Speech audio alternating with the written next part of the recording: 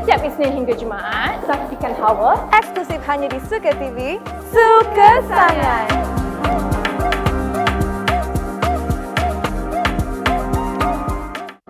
Merah tangan tertampak almari gara-gara nyamuk yang licik. Saya lobak penuh nutrisi, ada vitamin A, mata pun celik. Assalamualaikum dan salam sejahtera kepada semua penonton Hawa yang tergolong daripada semua lapisan masyarakat. Pejam celik dan hari ini sudah pun masuki hari Selasa dan kami harap anda semua masih mempunyai semangat yang kuat untuk teruskan minggu ini. Yang sedang bekerja, selamat bekerja. Yang tengah memasak kat dapur tu, teruskan menonton kami. Dan teruskan mendengar dia memasak kan kami dalam Hawa. Teruskan memasak. Dan seperti biasa hari ini kami berdua akan menemankan anda bermula pada pukul 11.30 pagi hingga 12.30 hari di saluran 116 My TV, atau anda boleh live stream di YouTube Suka TV, dan anda juga boleh layari kami di laman web sukatv.com dan sukashop.com. Betul. Dan seperti biasa di Hawa ini kami akan bincangkan topik-topik yang menarik, menambah ilmu sama-sama supaya kita sama-sama dapat menjalani kehidupan dengan lebih happy dan juga dengan ilmu-ilmu yang kita dapat. Dan seperti biasa di Hawa kita ada tetamu yang akan membincangkan topik-topik yang menarik dan memberikan informasi yang lebih mendalam. Okey, topik pertama kita hari ini. Kita hari ini ada seorang wanita yang berkerjaya tapi dia mengejar cita-cita dia untuk jadi seorang businesswoman. Macam mana tu? Ada dua kerja dalam satu masa, nak uruskan family lagi, nak uruskan kita punya kerjaya lagi dengan kita punya hobi. Ya, betul. Dan itulah yang kita akan bincangkan hari ini. Dan topik kedua kita akan bincangkan akibat dan solusi screen time terlalu lama. Betul. Sebab kan kita anak-anak muda ni biasa kita telefon ni tak boleh lekang daripada tangan sekarang. Betul. Ni. Sometimes ni sampai 8 jam, 7 jam. Betul. Jadi macam mana sebenarnya, apakah sebenarnya elok untuk mata kita? Kita akan bincangkan topik itu hari ini. Dan orang kata telefon bimbit ataupun gadget sekarang dah menjadi teman setia kita setiap hari. Dan kita akan membincangkan tentang topik pertama kita. Bersama dengan kami di studio hari ini, kita nak kenalkan Puan Kartini sebagai pengasas Lawar Village. Apa khabar Puan? Oh, baik, Alhamdulillah. Alhamdulillah. Sihat? Alhamdulillah sihat. Terima kasih di atas jemputan hari ini. Terima kasih kerana datang ke Hawa. Sebenarnya kita berbesar hati sebab yelah tak semua orang Puan yang boleh jalankan 3 kerja satu masa. Betul. Iaitu seorang suri rumah, seorang ibu, seorang isteri, seorang wanita yang berkerjaya di luar dan juga seorang pengurus perniagaan. Betul. Ini merupakan satu orang kata memang wanita hebat lah. Puan Kartini ni, semua benda dia boleh buat dalam satu masa. Dan mungkin sebelum pada awal ni kita nak bertanyakan kepada Puan Kartini, mungkin kita nak berkenalan dulu lah kan. Mungkin Puan Kartini boleh ceritakan latar belakang Puan Kartini, background dan sebagainya. Okey, nama diberi Nur Kartini binti Ibrahim dan saya berasal daripada Kelantan. Saya graduate dalam forensic chemistry actually. Forensic chemistry. Okey, sekejap. Forensic chemistry. So lepas daripada I graduate daripada universiti, then I bekerja sebagai seorang kemis di salah sebuah commercial lab.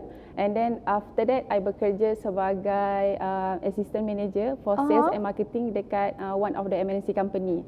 At the same time, I set up restoran Lawar Village almost dah 4 years, bersama dengan I punya sister. So business tu lebih kepada family business and I punya minat lah sebab I memang suka buat business. Then daripada situ I nampak macam actually I punya family punya background adalah macam mak I ni jenis ketua rewang lah apa semua kan. So macam tukang masak lah kalau kat kampung. And then my sister juga dia ada bakat which is dia masak tu macam orang kata sedap lah. Then that's why lah tercetusnya idea. I know okay why not kalau kita buka restoran. Sebelum ni actually I punya kakak dia dah berniaga lama dah lah, berniaga gerai. So I try to upgrade untuk kita buka restoran. Okay, tapi sebelum ni Lawa Village sebenarnya di kita kat Karak Pahang. Karak, okey. Ya, betul. Sudah lama, dah almost 10 years my sister berniaga dekat gerai and kita upgrade kepada kedai makan, kedai macam kedai kampung je lah. Tapi pada tahun lepas, pada bulan 12, kan banjir besar. Betul. So memang kita orang punya kedai tenggelam sampai Akbar. peti pun naik. Peti pun naik sampai atas bumbung. So memang masa tu memang banjir besar lah dekat Karak bulan 12. So lepas pada tu memang kita punya barang memang total loss. That's why I decide I memang kena move on. Kalau I duduk situ juga pun tak boleh lah kot setir tapak yang sama dan it might be akan banjir lagi kan. Kita tak tahu. So I pun decide untuk move to Selangor lah. Sebab I sebelum ni memang I duduk dekat Selangor sebab I bekerja dekat Shah Alam. And then I cakap okay lah kita terus ke Selangor lah kot. Senang I nak handle lagi dekat. Before this I lebih kepada remote je lah business tu. Tapi my sister yang handle dekat sana. Okey, wah nampak tak? Seorang businesswoman dia berfikiran jauh. Betul tak? Sebab yelah kalau kita tak mulakan the first step, macam mana kita nak next to the big step? Betul tak? Kalau kita dengar tadi pun akibat banjir besar kan, mungkin Tuhan dah tentukan sebelum ini mungkin tak ada sinarnya, mungkin ada sinar yang baru, itulah dia Lawa Village kan? Sebab itulah Allah tu is the best planner. Okey, kita nak tanya pula pasal Lawa Village. Macam kita tahu Lawa Village is membawakan makanan-makanan kampung yang very apa orang cakap sesuai dengan tekak kita lah kan. Sebab yelah kita kat Malaysia ni selalu fast food. Benda tak bagus sebenarnya. So macam mana datangnya apa orang cakap idea dan juga keberanian untuk bawakan daripada dulu di sana bawa masuk KL masakan kampung. Sebab kita tahu KL ni Kuala Lumpur, Selangor lah especially kan. Kita suka something yang simple, senang. Jadi mana datangnya macam keberanian untuk okay jom kita cuba bawakan masakan kampung masuk ke Kuala Lumpur. Okay, actually Lawa Village tu nama tu berasal daripada kampung saya sendiri. Nama dia Kampung Lawa. So Kampung Lawa di Jeli, Kelantan. Nanti you all bolehlah pergi singgah-singgah. Bolehlah singgah-singgah sebabnya dekat sana di kampung saya tu memang dia punya nature tu masih belum dinodai orang cakap lah. Dia memang ada air terjun yang cantik. So I suka bawa I punya side nature daripada Kelantan daripada I punya kampung sendiri. Sebab I punya tagline selera kampung Ambo. Okay, so nak bagi meshkan dengan village tu, so I bawakan okay sebab ni orang Kelantan suka makan singgang, budu kan. Itu memang wajib lah kan. Itu yang I meshkan, I buat presentation kita semua dekat kedai adalah dalam dulang. So I nak bagi feel orang rasa macam hirup singgang ke panas-panas tau. Lepas tu makan dengan, kita ada juga ayam kampung. So ayam kampung tu kita goreng panas-panas, kita set dalam dulang. So satu family makan ramai-ramai. So I nak bagi dia orang rasa feel macam makan kat kampung. Sebab kalau macam I pergi kedai nasi campur kan, I macam tak berapa gemar sangat campur-campur semua. Tapi dia depends dekat orang lah. Tapi I tak berapa suka sangat lah. Macam satu pinggan kita campur macam-macam kan. Lepas tu nak makan kuah, tapi kita nak hirup-hirup kuah tu kan. Tapi dah tercampur-campur. So macam rasa tak sedap kot. That's why I bawakan konsep makan selera kampung tapi kita present dalam dulang. So kita punya presentation semua dalam dulang. Even single set, kita ada single set, couple, triple and untuk family set lah. Semua dalam dulang kita hidangkan untuk kita punya tu. Then of course lah kita orang tak pandai. So orang kampung mana pandai nak masak apa western semua kan. So kita bawa kita punya kepakaran. Apa yang kita makan, apa yang kita suka, kita jual. Betul. Sebab I nak bagi feel rasa you macam makan dekat rumah, you macam makan dekat you balik kampung. Contohnya orang KL Selangor kan. Tapi memang rata-rata lah kalau kita tahu orang Kelantan ni kan berhijrah di mana-mana dan most of them memang ramai dekat KL Selangor ni. So diorang pun kadang-kadang nak mencari nak balik Kelantan jauh.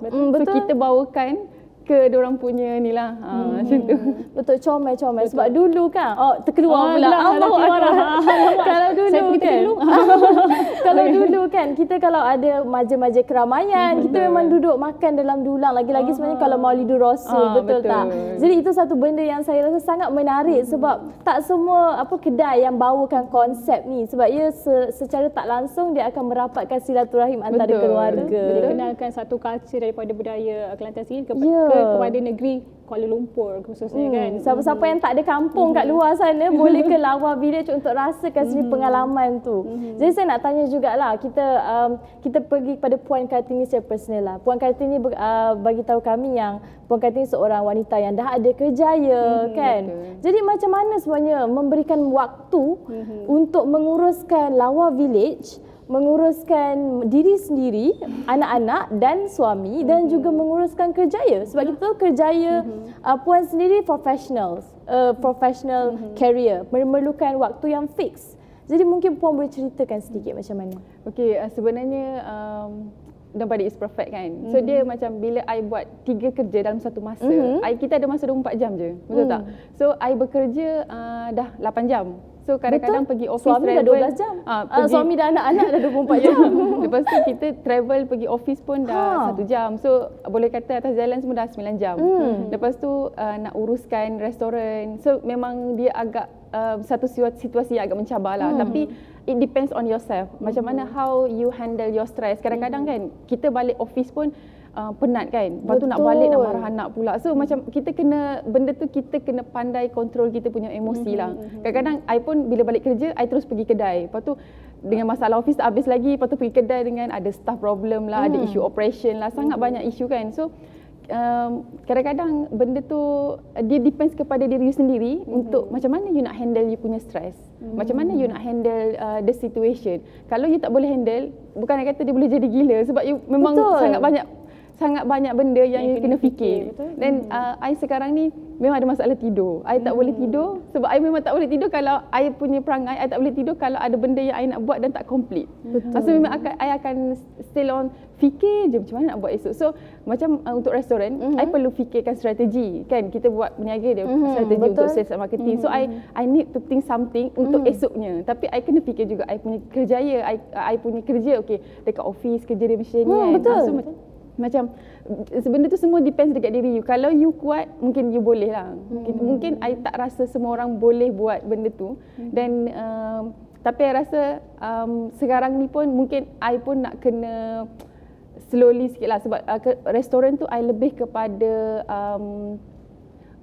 kepada nak remote je I punya business tu. Maksudnya kita bagi je I punya manager, I punya assistant yang handle that restaurant. So I lebih kepada I punya kerja dan I monitor sajalah. Kita lebih kepada automation of the business tu. But at the end of the day, Puan Kartini juga kena juga, uruskan benda ni. Kena juga. Yes. Kita tanya juga macam mana Puan Kartini nanti akan dapat siapa yang memberikan sokongan kepada Puan Kartini sepanjang dia melaksanakan 3 kerja tu. Tapi kita nak berehat sebentar. Kembali selepas ini dalam program Bual Bicara Hawa, inspirasi wanita masa ini, wanita luar biasa.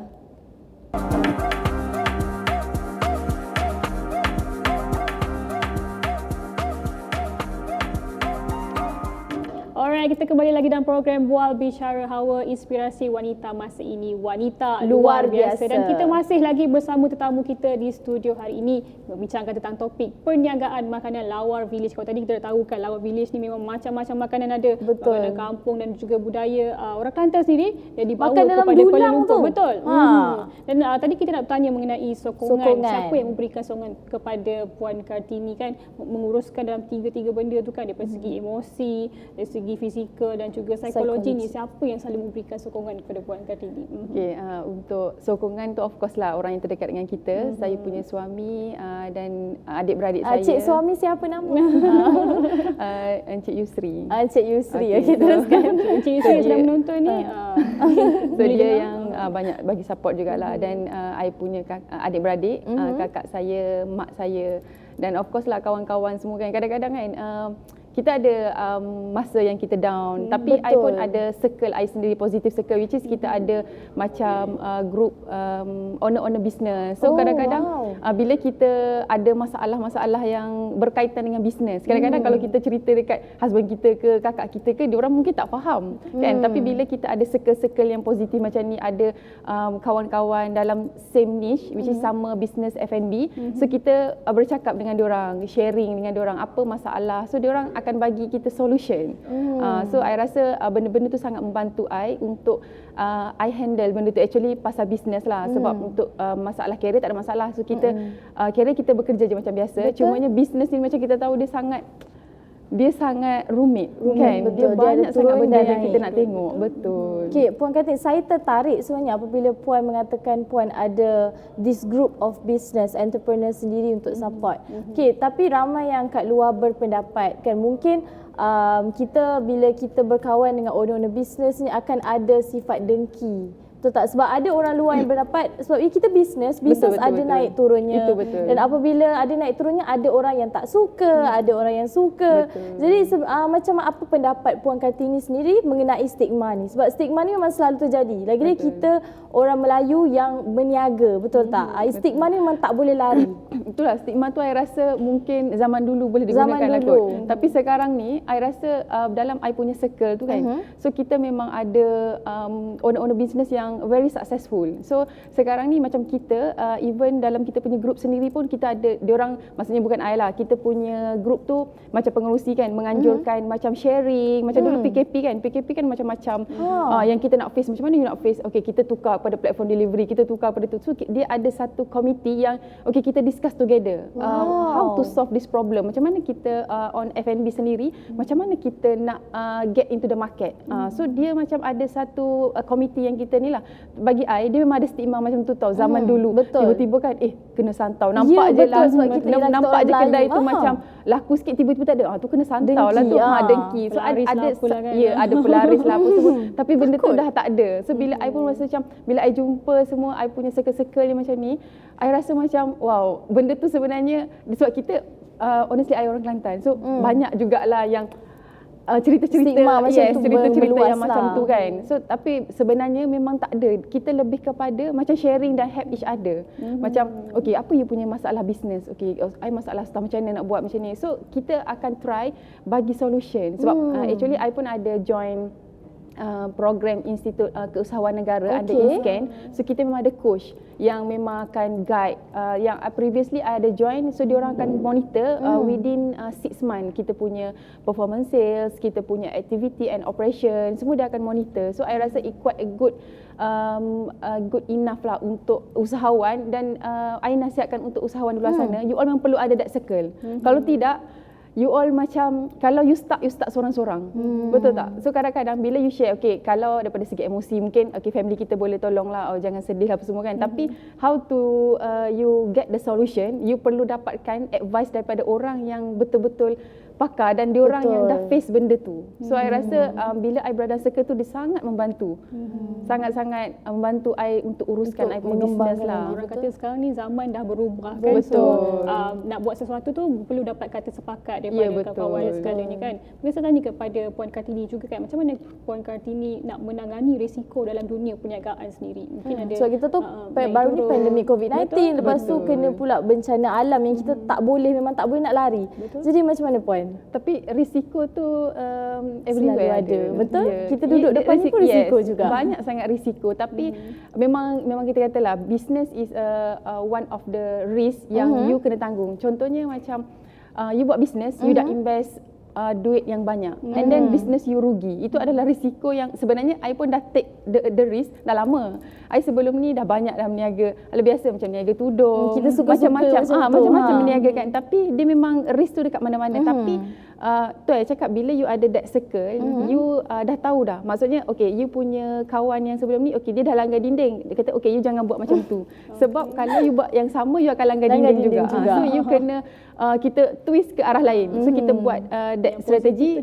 So kita buat ni. So bila you ada macam I cakap circle, kawan-kawan, coach yang guide kita, so kita mungkin tak akan pergi ke arah yang salah lah. Tapi tak adalah kita kata okay, I perfect buat benda tak ada. Tapi kita bila ada satu guideline yang you boleh follow, so alhamdulillah lah dia slowly you akan pergi ke jalan yang ni lah, yang betul lah. Betul, sebab kalau kita kadang-kadang itulah terhantuk, dia macam terhantuk sikit tak apa kan, sebab ada orang bagi tahu so kita pakai helmet terhantuk tak apa. Kalau terhantuk jatuh itu yang sebenarnya.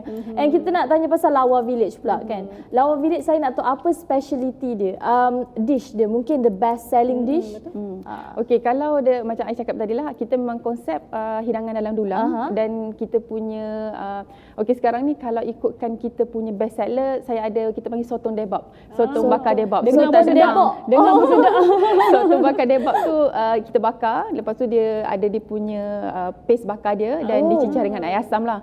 Air asam tu jangan telan Elio. Alamak kantor. Orang kata nampak saya telan Elio. Okey, yang sotong lepas tu of course kita punya nasi kerabu lah. Nasi kerabu tu memang kita daripada Karak lagi dia ada dia punya peminat dia sendiri. So sampaikan customer saya kat Karak tu dia kata dia namakan nasi kerabu tu nasi kerabu ketagih. Sebab dia kata memang kalau pergi tu memang kena pergi pula, kena makan pula nasi kerabu tu. Dia macam tak boleh makan sekali je. Dengar pun sedap. Mungkin puan boleh Saya dah 3-4 kali dah. Sama. Mungkin puan boleh ceritakan kenapa penonton perlu hadir daripada Lawar Village, apa yang specialnya, kenapa diorang kena datang. Betul, sebab tu saya cakap kita bawakan satu kelainan which is presentation di dalam dulang, dan bila you datang ke Lawar Village tu you akan feel macam you masak kat kampung dan you akan rasa macam makan dekat rumah tau.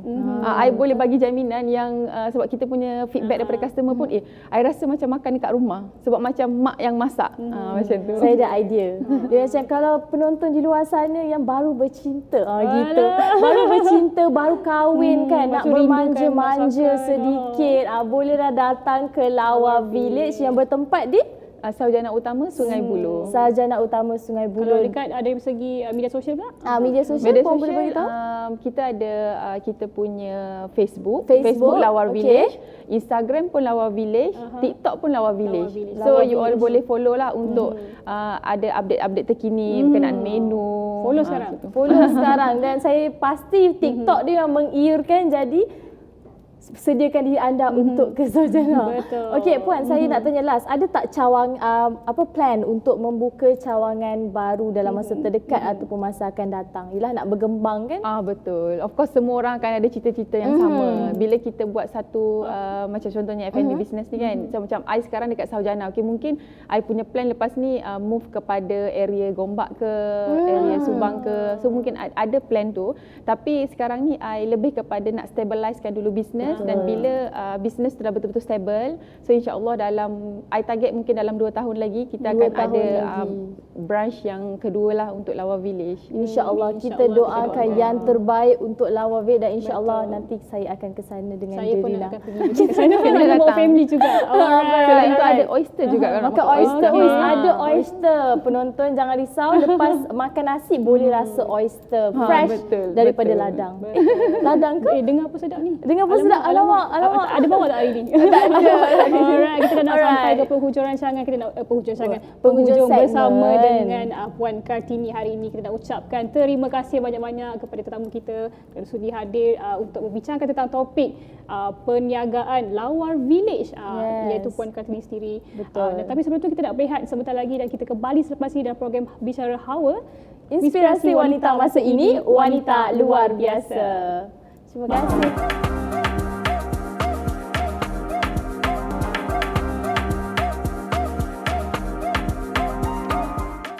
Kembali lagi bersama kami dalam program Bual Bicara Hawa, Inspirasi Wanita Masa Ini, Wanita Luar Biasa. Dan untuk topik kedua kita, apakah? Topik kedua kita sangat berkait rapat dengan badan kita sendiri.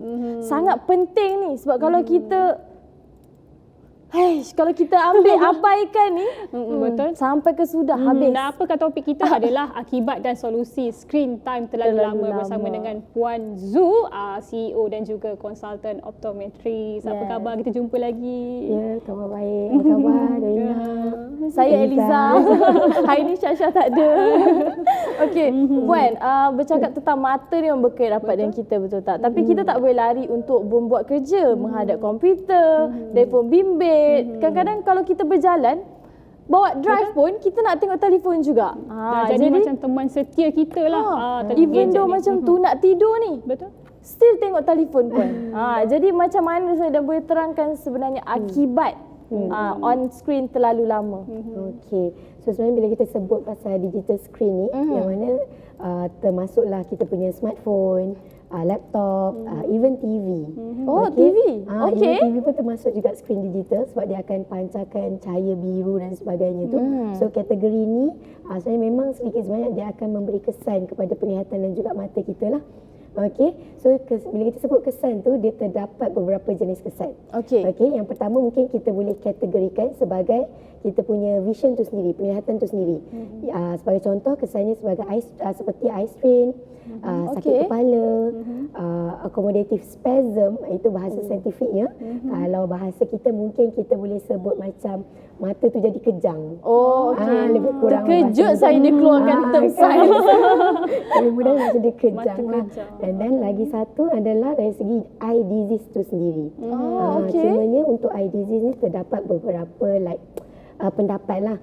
Memang dah ada kajian, cuma kajian tu dia tak bagi 100% yes, dengan pendarahan terhadap skrintan dan sebagainya boleh menyebabkan disease ni. Dia cuma beberapa persen je lah. So mungkin yang tu kita tak sentuh dululah. Okey. So kita akan more on, kita cakap pasal eye strain tadi. eye Ini strain, antara kesan yang sangat-sangat banyak lah. Kalau kita tengok peratusan pun, eye strain ni antara kesan daripada penggunaan digital yang paling tinggi, iaitu sebanyak hampir 59%. 59. Ya. Tinggi.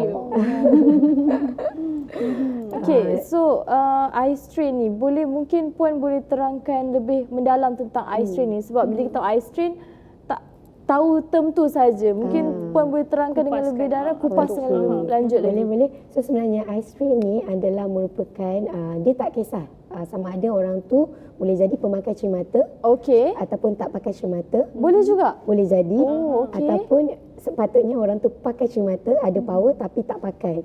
Okey, ada 3 kategori golongan ni boleh terefek disebabkan oleh penggunaan gadget tu lah. Eye strain ni selalunya boleh berlaku disebabkan oleh penggunaan digital screen yang terlalu lama. Okey, seperti lebih daripada 1 jam. Yang mana sangat-sangat common kan. Kita selalunya berapa jam? Hampir 24 jam pun ada setengah tu kan. 1 jam pun macam Derina dengan Eliza lebih kurang berapa jam dengan smartphone? Saya mengakulah memang lebih lah. Lebih daripada Saya 1 jam. Lebih 2 jam Saya sesejak ni saya rasa handphone kita sekarang canggih kan. Dia ada monitor kan. So sejak ni naik pula 8-9 jam. Tak tahulah kenapa. Memang kita mengakulah. Memang kita lebih mengakulah. Kan? So salah satu simptomnya adalah kita akan rasa sakit di bahagian frontal area ni. Dia akan rasa macam tarik, cengkam like that. Even kadang-kadang selalunya sakit kepala juga. Sebab tu banyak kes-kes yang pesakit sendiri bila mereka rasa sakit kepala, dia orang kadang-kadang tu dia orang tak fikir pasal mata. Dia orang fikir mungkin kena makan Panadol dan sebagainya. Tapi Betul. Bila kita makan Panadol tu kita rasa macam tak relief pun. Itu selalunya bersangkut rapat dengan eye strain ni tadilah. Bila memang kita guna secara long term, lebih daripada sejam, sebenarnya nak ikutkan lebih daripada 30 minit pun dah ada kesan dia dah. Derina? 20 minit tadi lebih 2 jam. Lebih 2 jam. Dia dah ada dah kesan dia. Dan bila selalunya kita dekat office lah terutamanya, kita akan tengok laptop dan sebagainya lebih daripada 3 jam, dia akan bagi kesan ni. Tambah-tambah kalau kita buat hari-hari.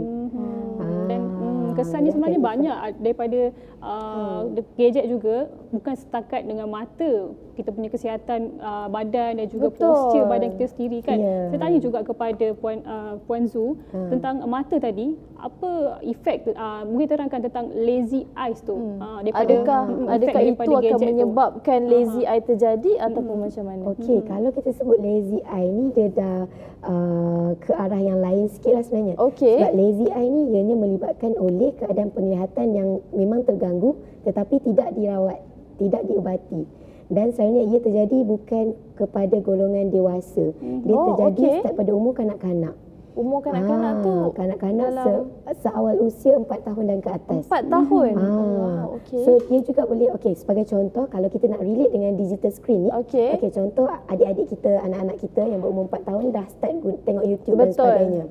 Kan? Dan diorang banyak tengok screen dan tercetusnya ada power rabun jauh.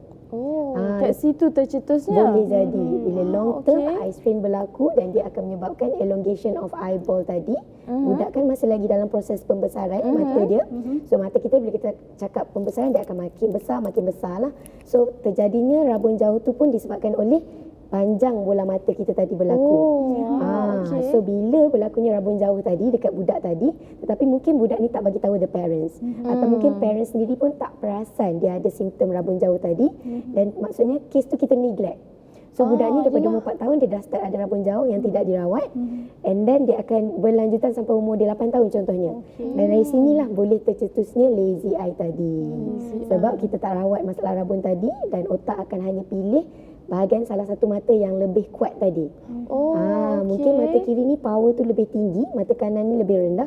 So otak akan hanya fokus image yang terbentuk dekat mata ni je. Mata yang rendah. So mata kiri akan jadi mata yang lemah, jadi lazy eye. Dan itulah maksudnya kena rawat dengan cepat. Itu saja. Tapi puncanya tu boleh juga disebabkan oleh digital screen tadilah. Puan Su, saya ada soalan. Saya sangat tertarik dengan mata sebenarnya. Puan Su sendiri mengatakan bahawa dekat Malaysia ni kan kita bekerja memang on screen, tak boleh lari, betul tak? And masa 30 minit pun dah bagi efek sebenarnya. Jadi apa sebenarnya tips yang boleh kita lakukan untuk mata kita untuk kita cegah masalah penglihatan yang terjadi?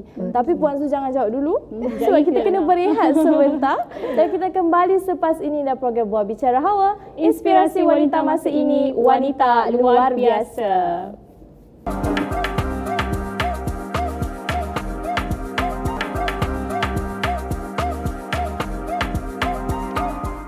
Baiklah, kembali lagi bersama kami dalam program Buah Bicara Hawa, inspirasi wanita masa ini, wanita luar biasa. Dan tadi kita tinggalkan soalan gantung kepada penonton mengenai tips macam mana nak menjaga mata, sebab kita tahu bekerja tak boleh lari daripada skrin laptop sendiri. Jadi silakan Puan Zu. Okey. So tips, antara tips for those yang memang guna laptop dalam jangka masa yang lama, contohnya lebih daripada 2 jam, definitely. Darina kena dengar. Kita nak tahu juga kan.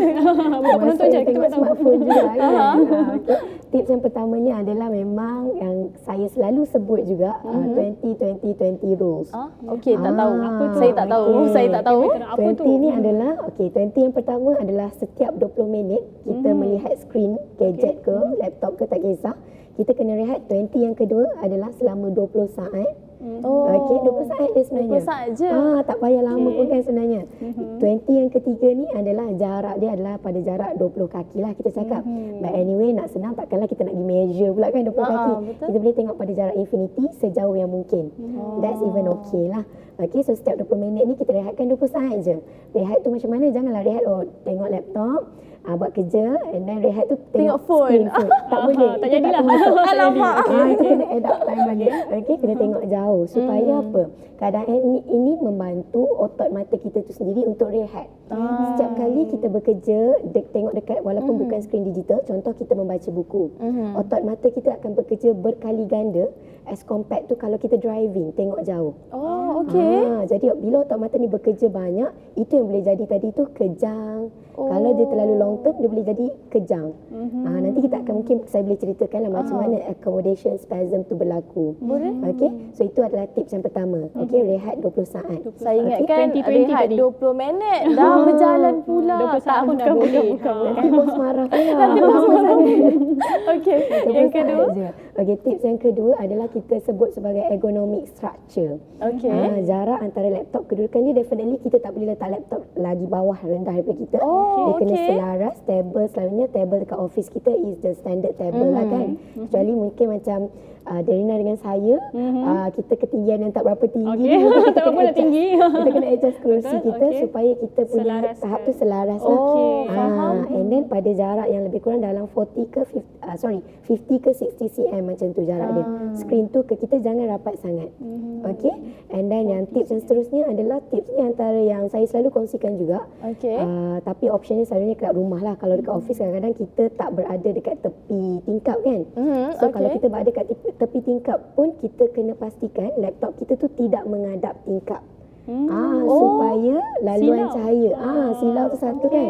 Dan dia juga mengganggu kontras. Bila kacau kontras skrin, mata kita akan start untuk nak kena fokus lebih banyak. So dia lagi tak relax. So tips dia kalau boleh elakkan berada dekat tepi tingkap kita punya digital screen tadi.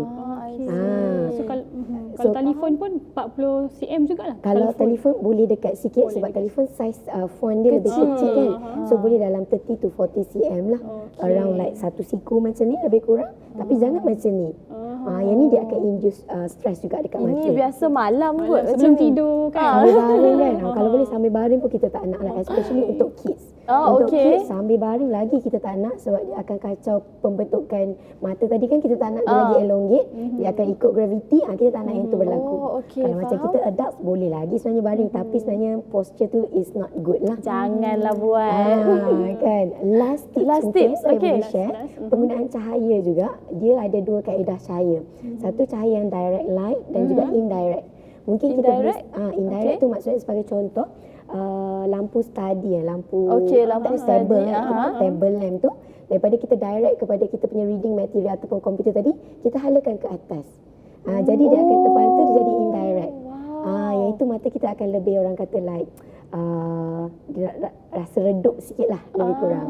So itu juga antara tips yang boleh membantu juga. So ada 3 tips tadi yang kita boleh, 4 tips yang kita boleh amalkan kan Eliza. Tapi saya dah tanya juga kan, saya dah tengok sikit tadi tentang kesan gadget ni bila terlalu lama akan menyebabkan mata kita menjadi kering.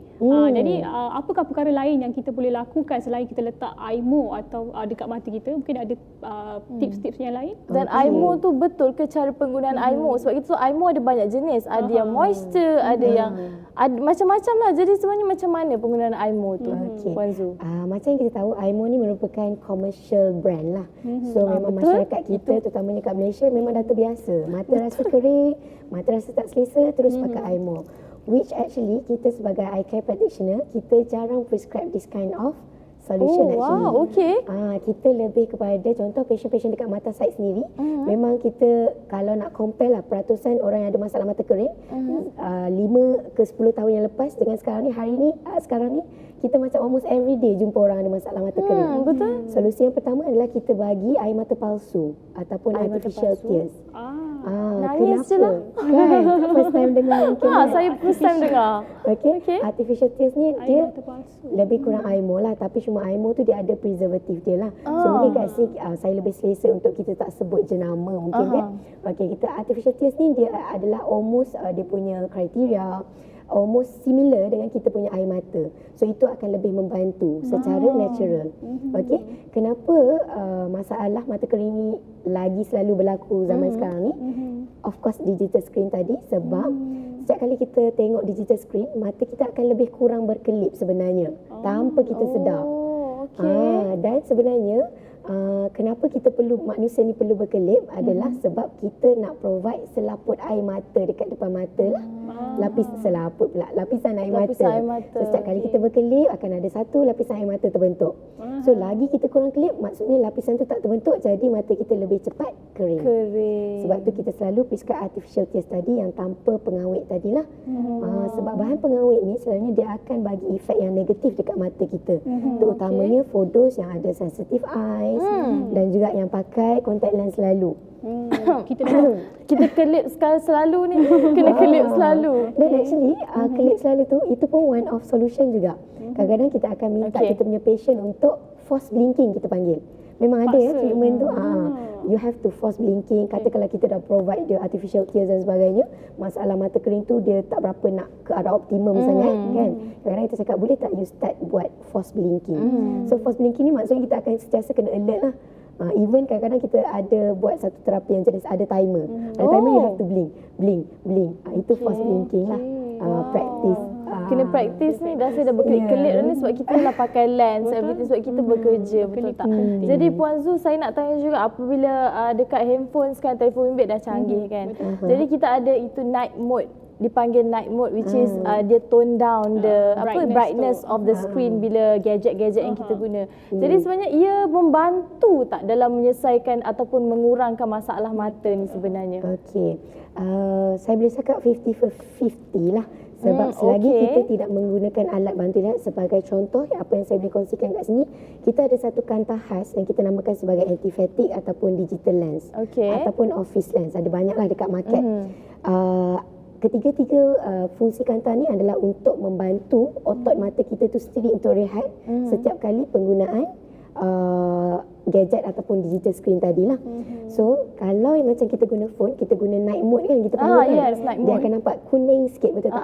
Betul. Itu adalah dia membantu dari segi hormonal kita dekat dalaman.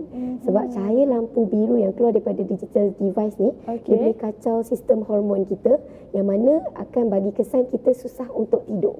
Oh, okey. Itu sebenarnya. Oh, wow. So night mode tadi tu adalah untuk dia mengurangkan kesan tadilah, kesan hormon tadi. Tapi ia tidak membantu otot mata kita tadi untuk rehat. Jadi dia adalah dua benda yang berbeza. Okey. Puan Zu, saya ada satu lagi soalan mungkin pendek and short lah. Saya nak tanya juga. Adakah mungkin masalah mata ni akan menyebabkan insomnia? Sebab kita insomnia tak boleh tidur, betul tak? Jadi mungkin kita bekerja satu hari full kan. Jadi ada tak mungkin yang menyebabkan yang salah satu penyebab menjadi insomnia ni? Yes, jawapannya adalah true. Sebab tadilah dengan digital screen tadi, cahaya lampu biru tadi, dia akan menyebabkan gangguan hormon dan kita akan susah nak tidur. So solusi dia adalah night screen tu about like I can say 20 to 30% lah membantu. Tapi protection dekat betul-betul depan mata kita, iaitu alat bantu lihat seperti cermin mata yang saya sebutkan tadi, itu antara yang lebih baik untuk kita cuba elakkan keadaan ini berlaku lah. Contohnya insomnia tadi. Wow. Yelah, sebab biasanya kita stigma kita cakap insomnia ni masalah, memanglah masalah kesihatan. Tapi kita tak tahu sebenarnya mata, penggunaan mata yang berlebihan juga akan menyebabkan insomnia sebenarnya. Ya, dia boleh relate sebenarnya. Betul. Banyak lagi kita nak tahu ni Eliza sebenarnya. Banyak lagi nak tahu tentang mata. Kita kena simpan minggu depan kan. Mungkin Puan Zu boleh share sikit kepada penonton ada IG ataupun website yang boleh mereka rujuk untuk mereka nak tahu tentang masalah mata. Okey, boleh, insya-Allah. Okey, to those yang nak tahu lebih lanjut, contoh hari ni kita ada kongsikan 4 tips, ada banyak lagi tips lain. You all boleh terus ikuti kita dekat Instagram Matasite Optometry, Facebook Matasite Urus Rabun Anak, dan juga boleh juga terus ke website www.matasite.com untuk butiran yang lebih lanjut, insya-Allah. Alright. So, wow, banyak info dan juga sebenarnya saya terkejut sebab banyak benda yang kita tak tahu, dan saya pasti penonton kat rumah pun akan macam sebenarnya inilah 2020 penyebabnya tadi. Ya, betul. Dan kita nak ucapkan terima kasih banyak kepada Puan Zu kerana sudi kongsikan ilmu yang sangat penting hari ni, ya. Betul tak? Tentang topik kita, akibat dan solusi screen time terlalu lama. Yes, betul. Terima kasih Puan Zu. Kita jumpa minggu depan lagi untuk kupaskan topik yang berlainan. Jadi kita tutup topik kedua kita pada hari ini dan kita kena berehat sebentar. Dan kita kembali selepas ini dalam program Buah Bicara Hawa, inspirasi wanita masa ini, wanita luar biasa. Terima kasih.